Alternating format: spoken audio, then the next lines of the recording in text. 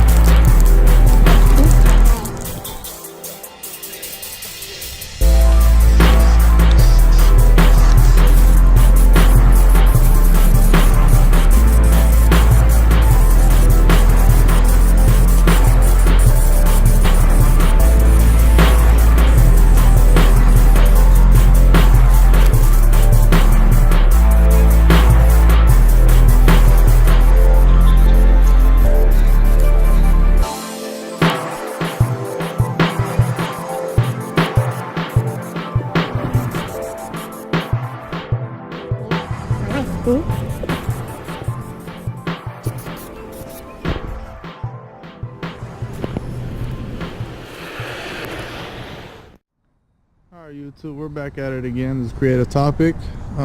Did get kind of dark for us to finish the painting and record it. Sorry about that. But we did get this light so you guys could just see the finishing touches after the third coat to make it restore your paint on your plastics wheel covers. they look pretty new. They look brand new to me. And we'll see you on the next video.